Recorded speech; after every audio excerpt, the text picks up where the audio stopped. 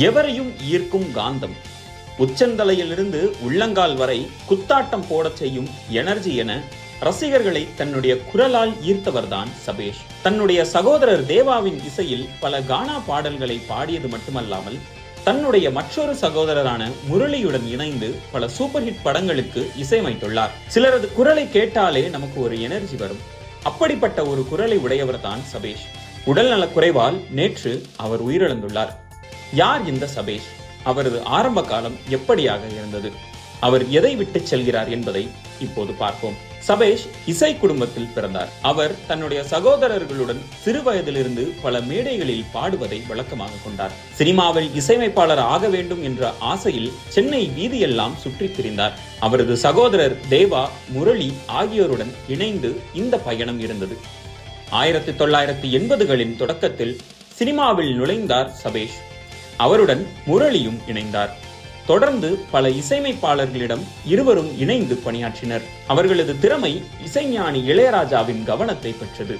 1986ஆம் ஆண்டு இளையராஜாவின் இசையமைப்பில் வெளியான கடலோர கவிதைகள் படத்தில் இருவரும் இணைந்தனர்.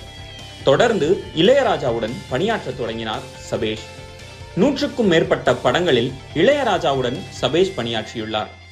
இப்படி இருக்க சபேஷின் சகோதரர் தேவா 1989ஆம் ஆண்டு மனசுக்கேத்த மகராசா திரைப்படத்தின் மூலம் தமிழ் சினிமாவில் அறிமுகமாகிறார்.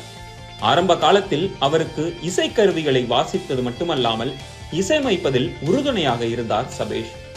1991ஆம் ஆண்டுக்கு பின் தேவா பல படங்களில் இசையமைக்க ஒப்பந்தமாகிறார். அதே சமயம் இளையராஜாவும் அதிக படங்களில் இசையமைத்து வந்ததால் சபேஷ் தன்னுடைய சகோதரருக்கு உதவ வேண்டும் என்று இளையராஜாவிடமிருந்து பிரிந்தார். தேவா இசையமைக்கும் பல படங்களுக்கு அரேஞ்ச்மெண்ட்ஸ் பணிகளையும் சபேஷ் அவ்வப்போது செய்து வந்தார். பாடல் பாடுவதில் சபேஷ் சிறந்து விளங்கினார். தேவா இசையில் வந்த பல ஐகானிக் கானா பாடல்களுக்கு சபேஷ் தன்னுடைய குரல்களால் உயிர் கொடுத்துள்ளார். குறிப்பாக கொத்தாவல் சாவடி லேடி, உதயம் தியேட்டர்ல, ஒரே ஒரு தோப்பிலே, கந்தன் இருக்குமிடம், காத்தடிக்குது காத்தடிக்குது போன்ற சூப்பர் ஹிட் பாடல்களை சபேஷ் பாடியுள்ளார். பாடல் பாடுவதை தாண்டி இவர் தன்னுடைய சகோதரர் முரளியுடன் இணைந்து இசையமைத்துள்ளார்.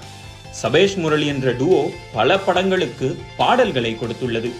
மேலும் பல படங்களுக்கு பிஜிஎம்களையும் கொடுத்துள்ளது. மேலும் சேரனின் படம் என்றாலே சபேஷ் முரளிதான் பின்னணி இசை அமைக்க வேண்டும் என்ற பேச்சும் இருந்தது. சேரனின் ஆஸ்தான இசையமைப்பாளர்களாகவும் வலம் வந்தனர். பின்னணி இசை தாண்டி பல சூப்பர் ஹிட் பாடல்களையும் இந்த ஜோடி கொடுத்துள்ளது. குறிப்பாக தவமாய் தவம் இருந்து திரைப்படத்திற்கு இந்த ஜோடி கொடுத்த ஒரே ஒரு ஊருக்குள்ளே என்ற பாடல் காலம் தாண்டியும் பேசப்பட்டு வருகிறது. இப்படி இருக்க சபேஷ் விட்டு செல்லும் இந்த இடம் யாராலும் நிரப்ப முடியாத ஒன்று. இன்னும் பல ஆண்டுகள் அவரது பாடலும் அவரது புகழும் பேசப்பட்டு கொண்டே இருக்கும்.